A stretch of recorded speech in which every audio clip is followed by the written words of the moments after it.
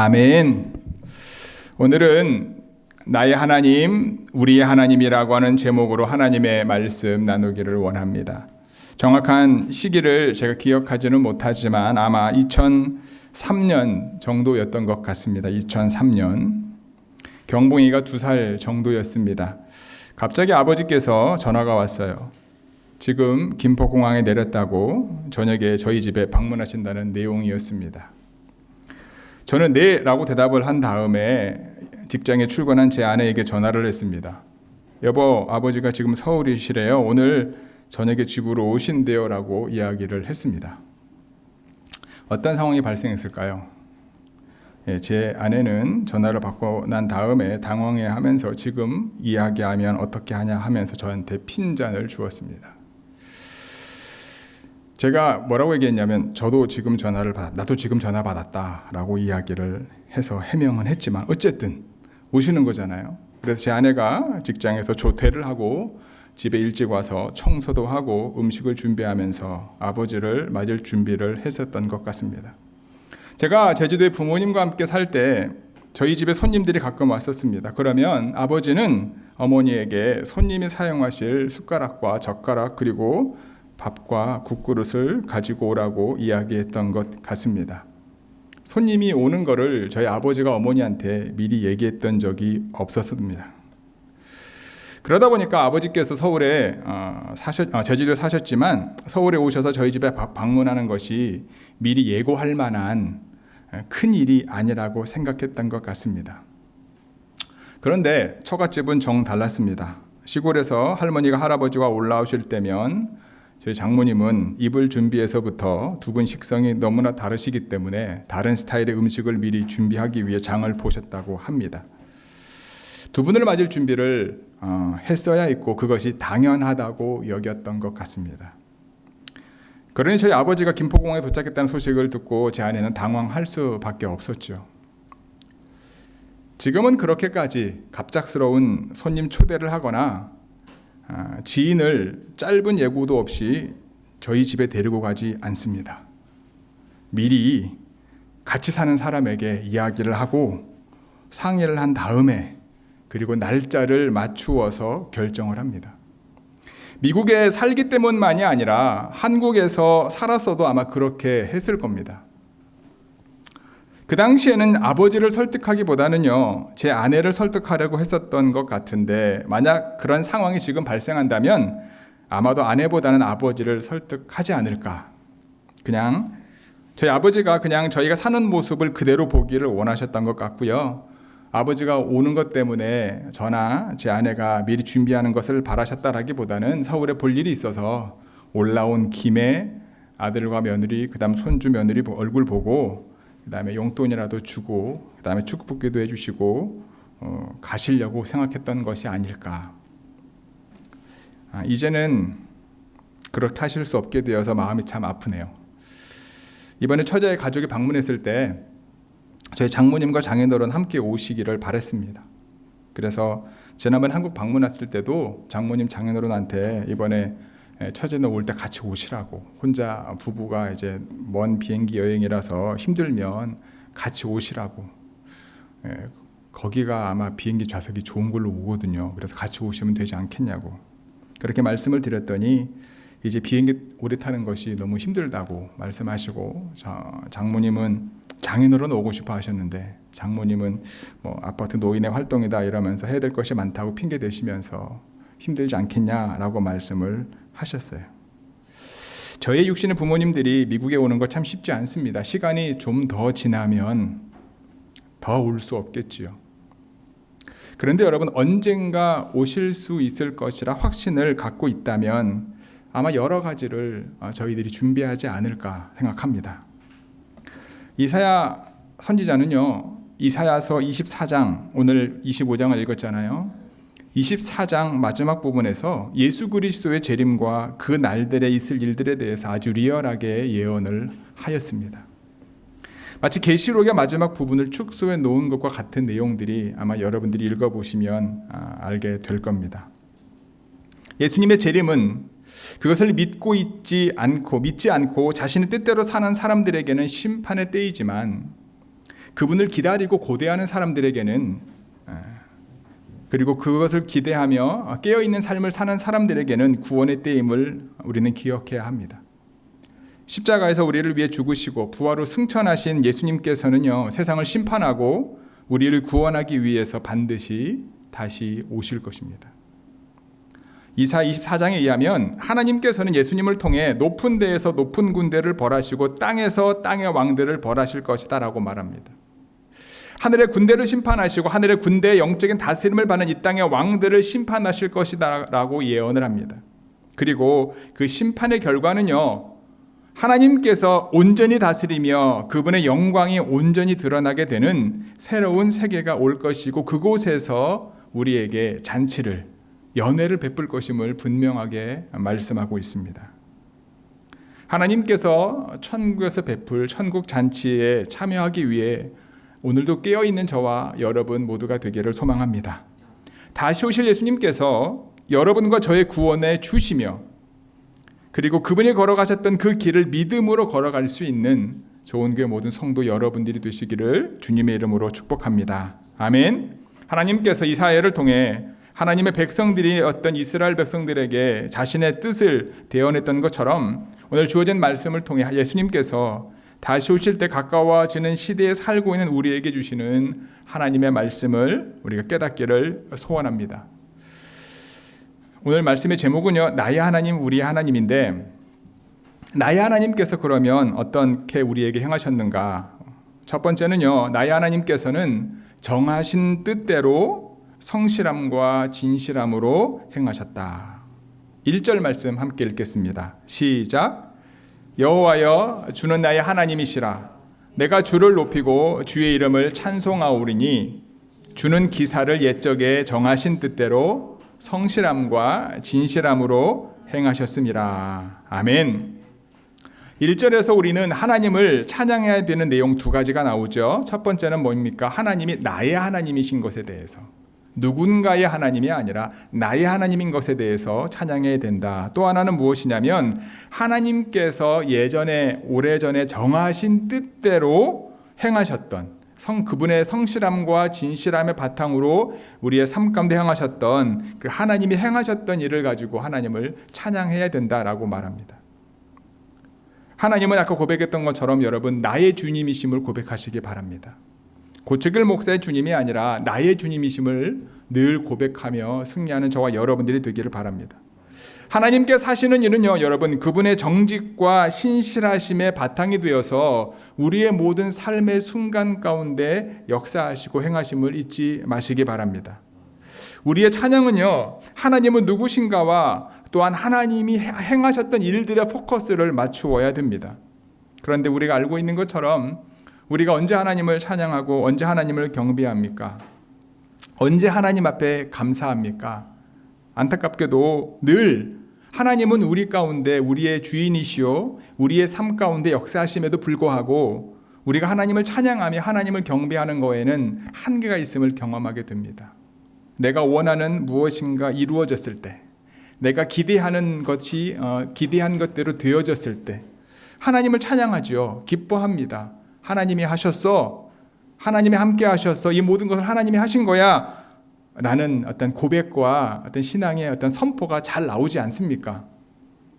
직장을 구하거나 시험에 합격했을 때, 안 풀리던 문제가 풀렸을 때 여러분 우리 안에 믿음이 있다면 그걸 가지고 하나님 앞에 감사할 때가 많습니다. 지금까지는 우리에게 일어나는 이런 좋은 일들, 나에게 덕이 되고 유익이 되는 내가 좋아할 만한 일들, 그러한 일들로 인해서 우리가 하나님을 찬양하고 경배하게 됩니다. 그러나 우리가 기억해야 될 것은 무엇입니까? 이러한 일이 우리에게 일어나지 않을 때에도 우리는 하나님을 불평하거나 원망하거나 하나님에 대해 실망하는 모습이 아니라 그럼에도 불구하고 하나님 앞에 감사하고 하나님을 찬양하며 하나님을 예배하는 저와 여러분들이 되기를 주님의 이름으로 간절히 축복하고 기도합니다. 찬양은요, 여러분 나의 느낌과 나의 경험을 통해서 드려지는 것이 아니라 찬양의 기준은 하나님에 있다라는 거예요. 하나님의 뜻대로 우리의 삶 가운데 행하신 그 일에 있다는 거예요. 그 일이 때로는 내 마음에 맞지 않을 수도 있고요. 내 생각과 다를 수도 있음에도 불구하고 우리는 하나님을 찬양해야 되는 이유가 무엇이냐면 하나님은 나의 주인이시요 하나님의 뜻대로 우리의 삶 가운데 행하시기 때문임을 잊지 않는 저와 여러분들 되기를 주님의 이름으로 간절히 축복하고 기도합니다. 오늘 본문에서 내가 주님을 찬양한다, 내가 소리를 높여 주님을 찬양한다라고 이야기하잖아요. 여기서 말하는 나는요, 이사야이라기보다는 이사야가 대언을 하는 거잖아요. 이사야서 24장에 보면 이 나가 누구가, 찬양을 하는 사람이 누구냐, 대상이 누구냐 하면 심판 가운데 있는 구원을 받은 백성이 아니라 정확하게 24장 마지막 부분에 등장하는 장로들입니다. 하나님의 영광을 목격하는 장로들이 하나님을 찬양하며 하나님을 고백하는 거예요. 하나님의 영광의 임재 앞에 있는 장로들이 하나님을 찬양하는 겁니다. 그리고 하나님의 영광을 보고 찬양하는 찬양의 내용은 무엇입니까? 무엇인가 내 삶 가운데 행복하고 좋은 일들이 아니라 우리가 본문에 읽었던 것처럼 하나님의 심판을 목도하는 장로들이 하나님의 심판을 목도하고 그 사건 속에서 하나님을 찬양하는 거예요. 우리 2절 읽어볼까요? 2절 시작. 주께서 성읍을 돌무더기로 만드시며 견고한 성읍을 황폐하게 하시며 의인의 궁성을 성읍이 되지 못하게 하사 영원히 건설되지 못하게 하셨으므로. 주께서 성읍을 돌무더기로 만드시고요, 견고한 성읍을 황폐하게 하셨습니다. 외인의 궁성을 성읍이 되지 못하게 하셔서 영원히 건설되지 못하게 하셨습니다. 어떻게 뭔가 좀 오버랩이 되는 성경의 본문 말씀들이 몇 가지 기억이 나지 않습니까? 그러니까 바벨탑을 쌓을 때 하나님이 돌 위에 돌을 얹지 못하게 하잖아요. 모여서 살지 못하게 하지 않습니까? 성을 이루지 못하게 하잖아요. 뿐만 아니라 오늘 본문의 배경이 되는 이사야가 그 당시에 활동했던 당시에도요, 여러분 이스라엘이 남쪽 유다와 북이스라엘로 나눈 이후에 그 주변에 아시리아나 암몬이나 모압이나 아니면 이집트, 이들이 본인의 어떤 내치를 위해서 흔들거릴 때 그 당시에 북이스라엘과 남유다의 어떤 그 정세는 괜찮았습니다. 그런데 이집트도 그렇고요, 아시리아도 그렇고요, 내치를 어느 정도 하고 난 다음에 침략을 하기 시작하면서 이제 북이스라엘과 남쪽 유다가 불안에 떨게 되고, 그 과정 속에서 이제 북이스라엘은 아시리아한테 망하게 되고 남쪽 유다는 이제 바벨론한테 망하게 되지요. 이 과정 속에서 어떤 이스라엘의 미래뿐만 아니라 우리가 이사야서 말씀을 읽다 보면 하나님의 나라에 대한 도래에까지 이르는 부분들을 예언하게 되는데,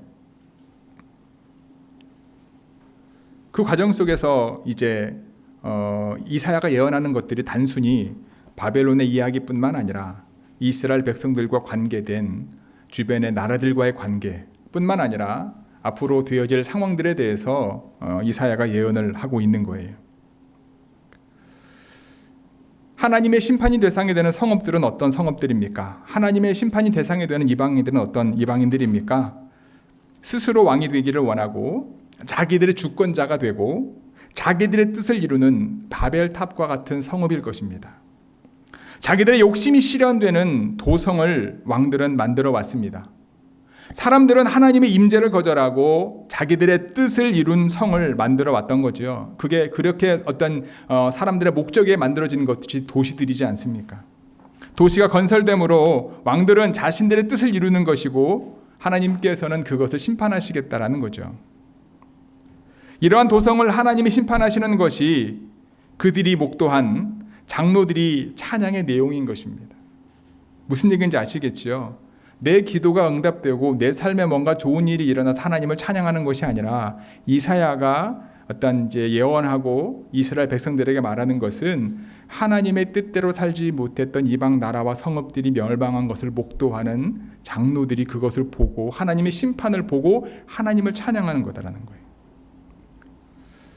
그리고 난 다음에 단순히 하나님을 찬양하는 것으로 끝나는 것이 아니라 이 상황들을 목도한 장로들 그리고 구원을 받는 사람들이 이러한 심판의 내용을 보면서 하나님께로 터닝하는 거죠. 하나님께로 돌아오는 겁니다.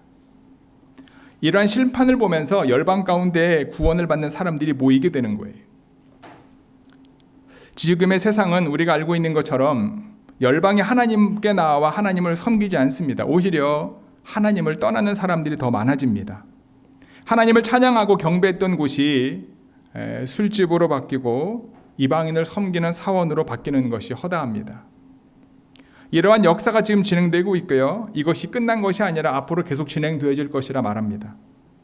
하나님의 구원받은 백성은 이러한 모습들을 보면서 영적으로 무장할 수밖에 없는 거죠. 그래서 깨어 있어야 되는 겁니다. 그래서 3절은 말합니다. 같이 읽어볼까요? 시작. 강한 민족이 주를 영화롭게 하며 포악한 나라들의 성읍이 주를 경외하리이다. 하나님의 역사하심과 하나님의 의로우심에 의해 멸망하고 파괴되는 성읍들의 멸망을 하나님의 심판을 바라보고 믿음 안에 선 사람들이 그들의 삶을 통하여 하나님께 영광 돌릴 수밖에 없고요. 그러한 삶을 통하여 오히려 포악한 나라들이 하나님을 경외하는 놀라운 일들이 일어날 것이다라고 주님은 이사야를 통해서 하나님이 말씀하고 있는 거예요. 여호와 하나님께서 나의 하나님으로 고백할 수 있고 내가 주를 높이고 주의 이름을 찬양할 수 있는 이유는 무엇입니까? 그분의 뜻대로 내 삶 가운데, 그분의 뜻대로 내가 속해 있는 가정 가운데, 그분의 뜻대로 믿음의 공동체인 우리 좋은 교회 가운데 성실함과 진실함으로 행하셨기 때문임을 기억하시기 바랍니다. 하나님은요, 축복과 은혜의 하나님이시기도 하지만 때로는 심판과 징계와 저주의 하나님이시기도 함을 우리는 잊어서는 안 된다. 하나님의 뜻대로 우리의 삶 가운데 진실함과 성실함으로 정직함으로 역사하셨던 그런 일들, 나를 기억하고 그것을 목도하게 했던 상황들을 가지고 하나님을 찬양하며 그러한 이들을 바라보며 내 삶을 다시 한번 돌아보고 믿음 안에 영적으로 무장해서 하나님을 찬양하며 하나님께 옹돌릴 수 있는 하나님의 거룩한 믿음의 사람들이 저와 여러분 모두가 되기를 주님의 이름으로 간절히 축복하고 기도합니다. 나의 하나님께서는요, 두 번째 같이 읽어볼까요? 시작. 나의 요새 피난처 그리고 그늘이 되셨습니다. 아멘. 4절 5절 읽겠습니다. 주는 포악자의 기세가 성벽을 치는 폭풍과 같을 때에 빈궁한 자의 요새이시며 환난당한 가난한 자의 요새이시며 폭풍 중에 피난처이시며 폭양을 피하는 그늘이 되셨사오니 마른 땅에 폭양을 재암같이 주께서 이방인의 소란을 그치게 하시며 폭양을 구름으로 가림같이 포악한 자의 노래를 낮추시리이다. 아멘. 하나님의 성실함과 하나님의 진실함은 변함이 없습니다. 그분은 어제나 오늘이나 영원토록 동일하신 분이심을 믿으시기 바랍니다. 우리가 언제 그분의 뜻대로 행하는 역사를 경험하게 됩니까? 포악자의 기세가 성벽을 치는 폭풍과 같은 때입니다. 환난으로 인해 가난한 자가 되었을 때입니다. 폭풍과 태양이 강렬하게 내리쬐 때입니다. 포악자의 기세가 성벽을 치는 것은 전쟁에서 상대방의 군대가 공격하여서 성벽을 치는 것을 말합니다. 지금하고는 좀 전쟁 양상이 다르긴 하죠. 그런데 상대방의 군대가 공격해서 성벽을 치고요, 사다리를 넣어서 성벽을 넘어가서 전쟁에서 승리하고자 하는 모습들, 성벽을 넘으려고 하는 그들의 어떤 행동들을 포함하는 것을 말합니다. 폭풍 가운데 그리고 환난 가운데 폭양이라고 하는 것은 무엇입니까? 엄청나게 강력한 태양이 내리쬐는 것을 말하거든요. 그 가운데 있을 때 우리는 하나님의 뜻대로 우리의 삶 가운데 행하시는 역사를 경험하게 된다라는 거예요. 이사야 17장 10절 우리 세 번역을 함께 읽어볼까요? 시작. 이스라엘아, 내가 하나님 너의 구원자를 잊어버리고 내가 피할 견고한 반석을 기억하지 않고 이방신을 섬기려고 이방의 묘목으로 신성한 동산을 만들었구나. 30장 1절, 2절, 3절입니다. 함께 읽겠습니다. 시작. 주께서 말씀하신다. 거역하는 자식들아, 너희에게 화가 닥칠 것이다. 너희가 계획을 추천하지만 그것들은 나에게서 나온 것이 아니며 동맹을 맺지만 나의 뜻을 따라한 것이 아니다. 죄를 더할 뿐이다.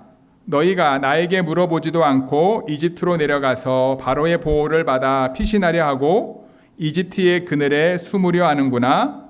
바로의 보호가 오히려 너희에게 수치가 되고 이집트의 그늘이 오히려 너희에게 치욕이 될 것이다.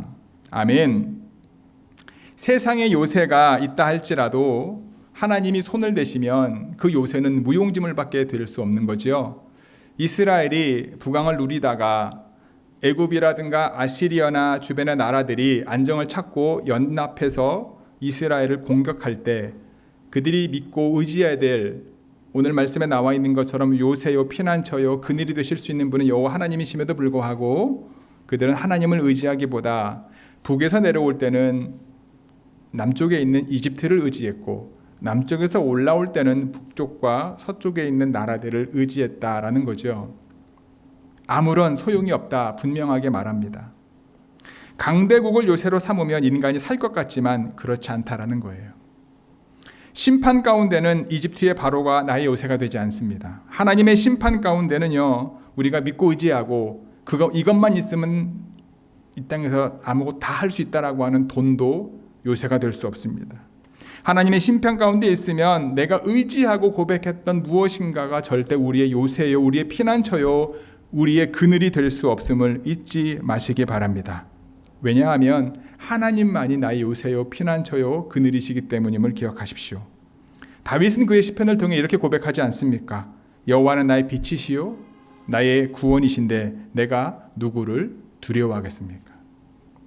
여호와는 내 생명의 능력이신데 내가 누구를 무서워하겠습니까? 그는 내게 귀를 기울여 속히 건지시고 나의 견고한 바위와 구원의 산성이십니다. 다윗이 이런 고백을 할 수 있었던 것은 다른 것이 아니라 세상이 그의 요새가 아니었다라는 거죠. 그를 믿고 따랐던 자신들의 백그라운드와 자신들을 따르는 군인들이 그의 요새와 피난처와 그늘이 아니라 오직 여호와만이 자신의 구원의 산성이심을 믿음으로 고백했기 때문이다라는 겁니다. 하나님을 나의 요새로, 나의 피난처로, 나의 그늘로 삼을 때 바로 이때만이 하나님의 심판에서 우리는 피할 수 있음을 기억하시기 바랍니다. 하나님의 폭풍 중에 피난처이십니다. 하나님은 폭양을 피하는 그늘이시고요. 사막을 갈 때에 폭풍처럼 내리쬐는 태양이 우리를 두렵게 만들지만 하나님께로 우리의 삶을 터닝하면 하나님이 저와 여러분들의 그늘이 되심을 잊지 마시기 바랍니다. 우리가 연약하거나 병들 때 하나님이 나의 그늘임을 느낄 때가 있습니다. 일이 잘 풀릴 때, 일이 잘 안 풀릴 때 하나님께서 나의 산성이라는 것을 느낄 때가 있어요. 하나님께 피할 수밖에 없는 사람들, 오늘 본문에 등장하는 빈궁한 사람들, 환난 가운데 가난한 사람들, 폭풍 가운데 있는 사람들, 그리고 폭양을 맞는 사람들, 이 사람들이 그러한 어려움 가운데서 하나님께서 요새이시고 하나님께서 피난처이시고 하나님께서 그늘이 되심을 경험하게 되는 것입니다. 좋은 교회 성도 여러분, 우리를 쓰러뜨리려고 우는 사자와 같이 덤비는 상황, 그 상황 가운데 있다 할지라도 두려워하지 마시기 바랍니다. 환난 가운데 빈궁하거나 가난 중에 있다고 여러분 무서워하지 마시기 바랍니다. 세상에 정신으로 내리쬐는 뜨거운 태양을 도저히 피할 수 없는 상황 가운데 있다고 여러분 놀라지 마시기 바랍니다. 진실하고 성실하신 하나님께서 저와 여러분들의 요새, 피난처, 그리고 그늘이 되실 겁니다. 요새와 피난처, 그늘이 되시는 하나님을 여러분들은 경험하고요. 그런 하나님의 그런 경험할 수 있도록 하나님을 바라보며 믿음 가운데 나아가는 우리 좋은 교회 모든 성도 여러분들이 되시기를 주님의 이름으로 축복합니다. 세 번째는요, 우리의 하나님께서 같이 읽어볼까요? 시작. 그를 기다리는 사람들을 구원하실 것입니다. 아멘. 우리 9절 읽겠습니다. 시작. 그날에 말하기를 이는 우리의 하나님이시라. 우리가 그를 기다렸으니 그가 우리를 구원하시로다. 이는 여호와시라. 우리가 그를 기다렸으니 우리는 그의 구원을 기뻐하며 즐거워하리라 할 것이며. 아멘. 9절에서는요, 나의 하나님에서 우리의 하나님으로 인칭이 바뀝니다. 개인에서 공동체로 구원의 은혜가 확대가 됩니다. 요새요 피난처요 그늘이 되신 하나님을 경험한 개인들이 모여서 공동체가 되어 하나님의 구원을 기다릴 때 하나님께서는 그들을 구원하실 것입니다.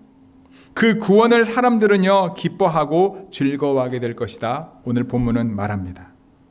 그렇다면 하나님을 기다리는 자들이 경험하게 될 구원을 오늘 본문은 어떻게 설명하고 있나요? 바로 하나님께서 베푸시는 잔치, 하나님께서 베푸시는 연회로 그것을 설명하고 있어요. 6절 읽어볼까요? 시작.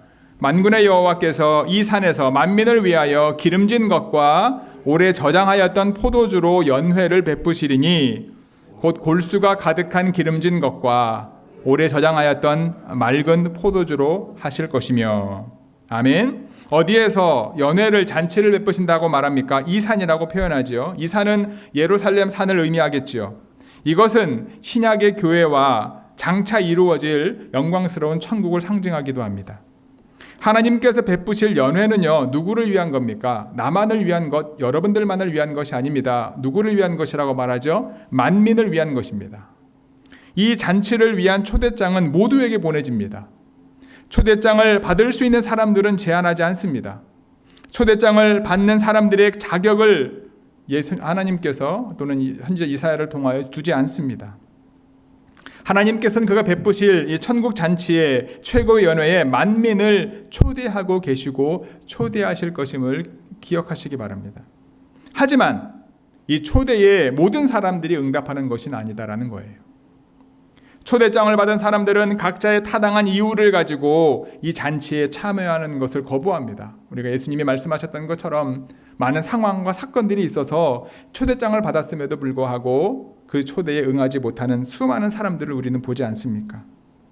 이 연회에 참석하지 못한 이들, 즉 구원을 받지 못한 이들의 연회의 마지막에 대해서 이사야는요 24장 9절을 통해 설명합니다. 같이 읽어볼까요? 시작.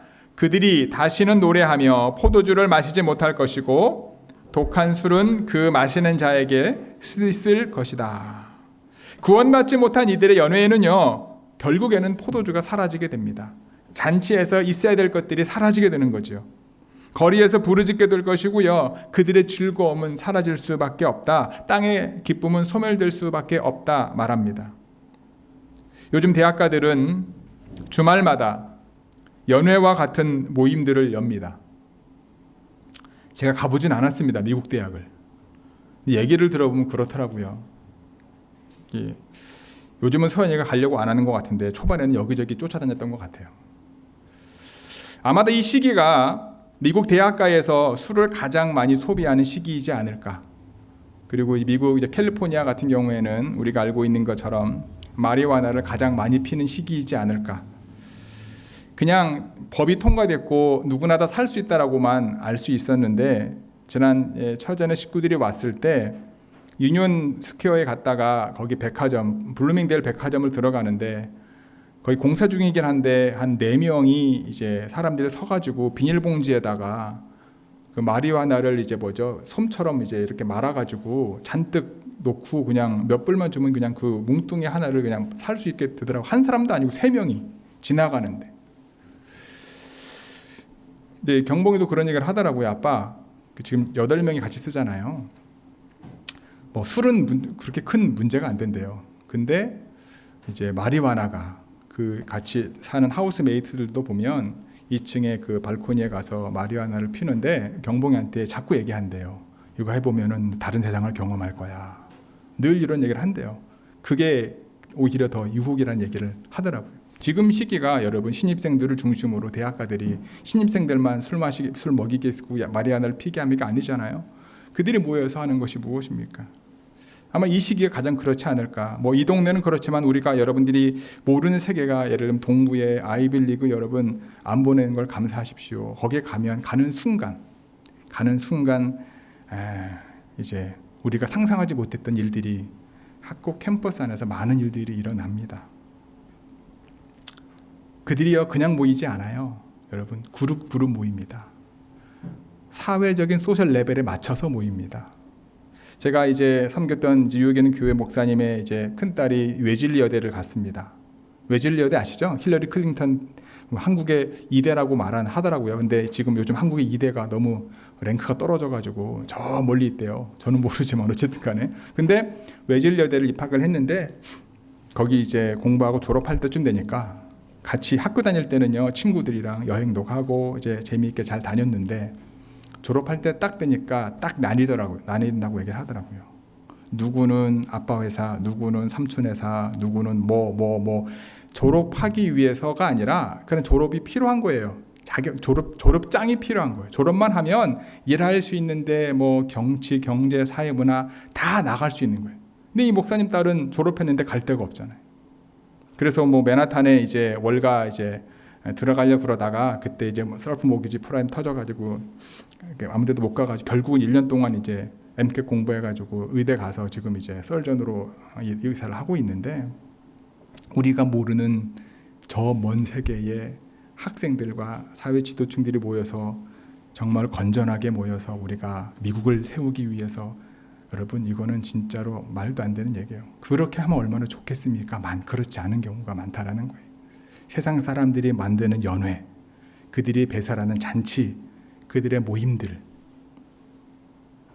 학생들도 마찬가지인 거예요. 그런 학교에 가면 레벨이 다르게 소셜 클럽이 만들어지고요. 그들끼리 모여서 세상을 움직이려고 애를 쓰는 모습을 우리는 본다는 거예요.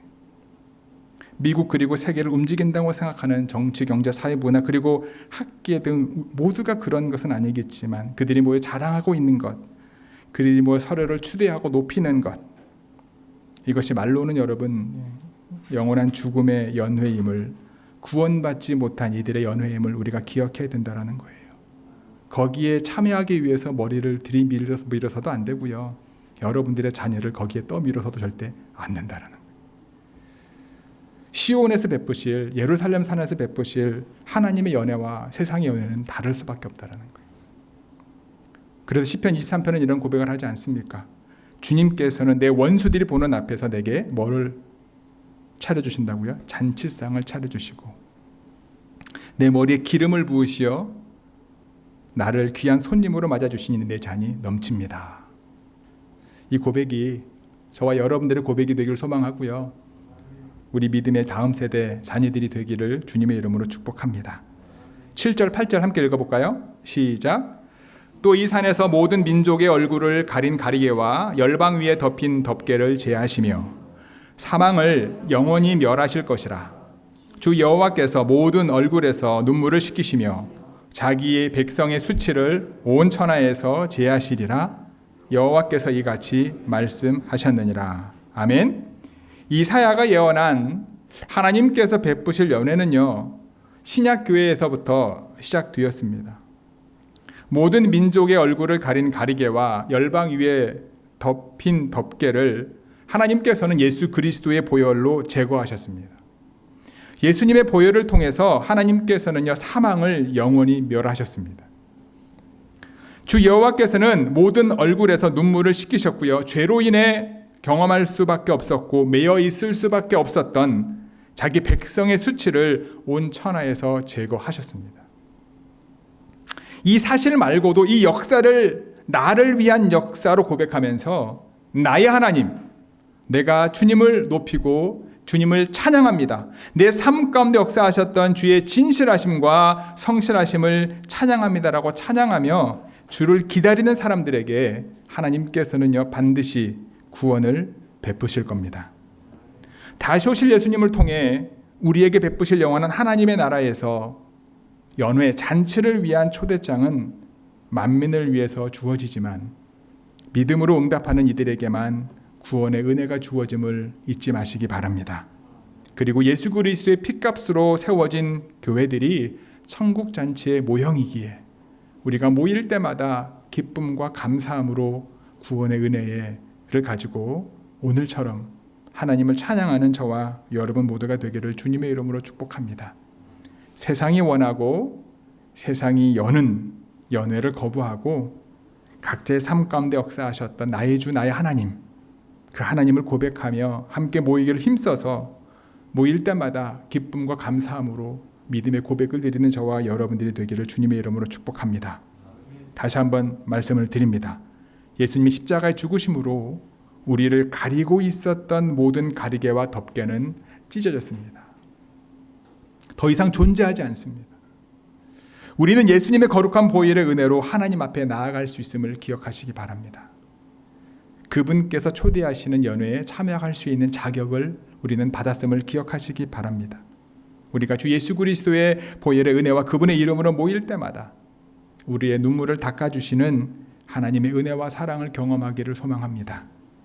구원받는 사람들만이 느낄 수 있는 기쁨과 즐거움이 저와 여러분들 삶 가운데 가득 차고 넘쳐서 다시 오실 예수님을 기다리며 그분의 말씀과 삶을 따르는 우리 좋은교회 모든 성도 여러분들이 되시기를 주님의 이름으로 축복하고 기도합니다. 아멘. 기도하시겠습니다.